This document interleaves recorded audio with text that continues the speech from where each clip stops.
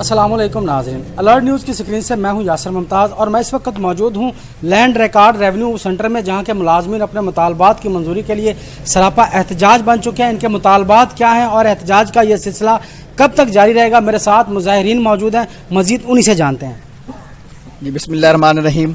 ये आज सबसे पहले बात तो आप सबको ये बताना चाहते हैं, मुतालबात सबको पता है कि हमें 8 साल हो गए हैं, हम काम कर रहे हैं, हमें रेगुलर नहीं किया जा रहा और 3 साल से हमें कोई इंक्रीमेंट, कोई अलाउंस कुछ भी नहीं दिया जा रहा। तो आज हम सब ने ये मिलकर पूरे डिस्ट्रिक्ट में हड़ताल है, 5 तहसीलों से हमारे सब भाई इकट्ठे हुए हैं, मुलाजमीन इकट्ठे हुए हैं। तो हम अपना रिकॉर्ड एहतजाज प्रोटेस्ट करवा रहे हैं कि हमें हमारा हक दिया जाए। हम अपना रिकॉर्ड एहतजाज प्रोटेस्ट करवा रहे हैं कि हमें हमारा हक दिया जाए, हमें रेगुलर किया जाए, हमारे वाजबात दिए जाएं और ये जल्द से जल्द हमारा मंजूर किया जाए।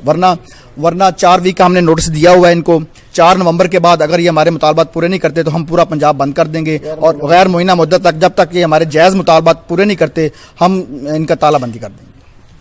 जी बिल्कुल, ये computer land record revenue department के मुलाजमीन थे जो अपने मुतालबात से हमें तफसील से आगाह कर रहे थे और मजीद ये अंदिया भी दे रहे हैं अगर कि इनके मुतालबात बर वक्त जो है वो पूरे नहीं किए जाते तो एहतजाज के सिलसिले को मजीद बढ़ाया जाएगा। Yasir Mumtaz, alert news, Bahawalnagar.